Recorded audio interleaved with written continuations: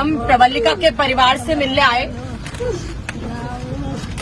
क्योंकि जो दर्दनाक हादसा इस परिवार के साथ हुआ है वो दर्द हम समझ रहे हैं। किस तरीके से एक गरीब परिवार मजदूरी करके, बर्तन मांज के, काम करके, मेहनत करके अपने बच्चों को कर्जा लेकर भी पढ़ाता है।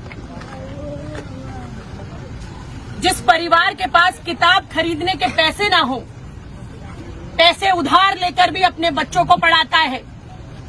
और प्रवल्लिका के साथ जो हुआ वो आज पूरा देश, तेलंगाना के साथ साथ पूरा देश देख रहा है कि किस तरीके से बार बार एग्जाम्स को पोस्टपोन करके देश के भविष्य के साथ खिलवाड़ किया जा रहा है।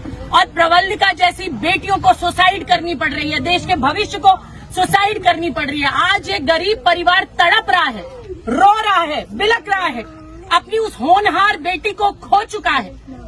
शायद ये दर्द कभी इनके दिल से न निकले, लेकिन इस दर्द में नमक छिड़कने का काम जिस तरीके से केसीआर सरकार की, बीआरएस की पुलिस ने किया है, प्रवल्लिका के चरित्र पर उंगली उठाकर, ये बेहद शर्मनाक है।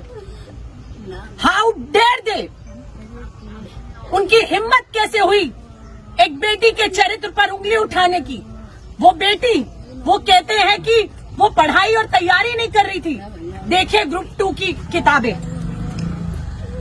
क्या लिखा है इस पे? प्रवल्लिका की राइटिंग में लिखा है। ये मेरे हाथ में नहीं है, इनके हाथ में, इनके हाथ में, इनके हाथ में।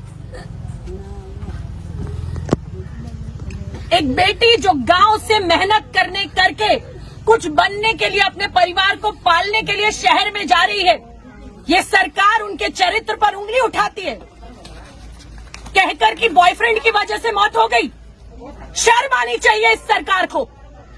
क्या देश की बेटियों की ये वक्त है?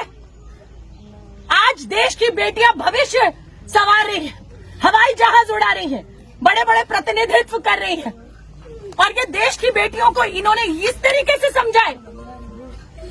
आज प्रवल्लिका ने अपनी मां को सुसाइड करने से पहले जो सुसाइड नोट लिखा, उसमें लिखा कि मां, मैं गांव में तब आऊंगी जब नौकरी लग जाएगी।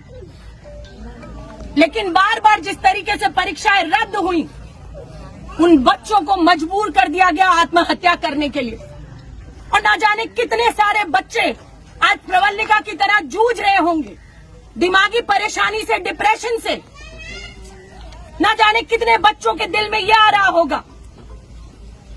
इस भ्रष्ट सरकार की वजह से मैं केसीआर से पूछना चाहती हूं कि कविता के कुत्ते की मौत होती है तो डॉक्टर, वेटरनरी डॉक्टर सस्पेंड होता है, लेकिन जब प्रवल्लिका के चरित्र पर उंगली उठाई जाती है, जिस पुलिस वाले ने उठाई, वो सस्पेंड क्यों नहीं हुआ अभी तक? क्या प्रवल्लिका इस तेलंगाना की बेटी नहीं है? इस दुख की घड़ी में, इस परेशानी की घड़ी में हम प्रवल्लिका के परिवार के साथ है पूरी की पूरी कांग्रेस पार्टी। प्रियंका गांधी जी ने कहा है कि इस दर्द की घड़ी में हम प्रवल्लिका के परिवार के साथ है और जो मदद होगी हम लोग करेंगे। हम खड़े हैं, इस परिवार के साथ खड़े रहेंगे और इनकी लड़ाई लड़ते रहेंगे। आप तेलंगाना की बेटियों के भविष्य के साथ, उनके चरित्र के साथ इस तरीके से खिलवाड़ नहीं कर सकते। इस परिवार को मदद मिलनी चाहिए सरकार से, कॉम्पनसेशन, और इनके भाई को नौकरी मिलनी चाहिए। यह हमारी डिमांड है इस सरकार से। या तो पूरी करिए, नहीं तो युवा से कह दीजिए आप नाकारे हैं, निकम्मे हैं, आप नहीं दे सकते तेलंगाना को कुछ। आप कह दीजिए कि नहीं दे सकते, भविष्य को, युवाओं को कुछ नहीं दे सकते। रेवंत रेड्डी की बात कर रहे हैं, एक मिनट।